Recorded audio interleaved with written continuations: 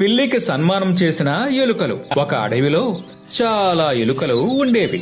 దొరికిన ఆహారం తింటూ ఆనందంగా ఉండేవి. ఆ అడవిలోకి కొత్తగా ఒక పిల్లి వచ్చి చేరింది. అది వచ్చినప్పటి నుండి ఎలుకలకు కష్టాలు మొదలయ్యాయి. ఆ పిల్లి రోజు ఎలుకలను తరిమి తరిమి ఇబ్బంది పెడుతోంది. దొరికిన ఎలుకను ఆహారంగా తినేస్తోంది. దాంతో ప్రాణభయంతో ఎలుకలన్నీ బిక్కుబిక్కుమంటూ గడపసాగాయి. పిల్లి మెడలో ఒక గంట కడితే బాగుంటుంది. పిల్లి ఎటువైపు నుంచి వచ్చినా గంట చప్పుడుతో తెలిసిపోతుంది. అప్పుడు మనం వెంటనే దాక్కోవచ్చు. కొన్ని రోజులకి ఆహారం దొరకక పిల్లి ఎటైనా వెళ్లిపోతుంది. వెంటనే ఎలుకలన్నీ చర్చించుకున్నాయి. గంట ఎలా ఉండాలి? ఎంత పెద్దదైతే బాగుంటుంది?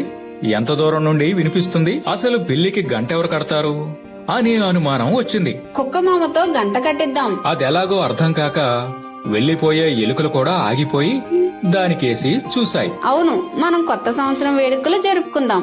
ఆ వేడుకల్లో పిల్లిని సన్మానిద్దాం. అతిథిగా కుక్క మామను ఆహ్వానిద్దాం. అతిథితోనే మన శత్రువు మెడలో గంట కట్టిద్దాం. ఆ సలహా నచ్చడంతో అన్నీ కూడా అందుకు అంగీకరించాయి. వెంటనే ఎలుకలన్నీ కుక్కమామను వెంటబెట్టుకుని వెళ్లి కొత్త సంవత్సరం వేడుకలు, ఆ రోజున తనకు చెయ్యబోయే సన్మానం గురించి పిల్లికి చెప్పాయి. కుక్క వచ్చి అలా అడగడంతో పిల్లి కూడా చాలా సంతోషపడి వెంటనే ఒప్పేసుకుంది. కొత్త సంవత్సరం వేడుకలు ఘనంగా జరిగాయి. వేడుకల్లో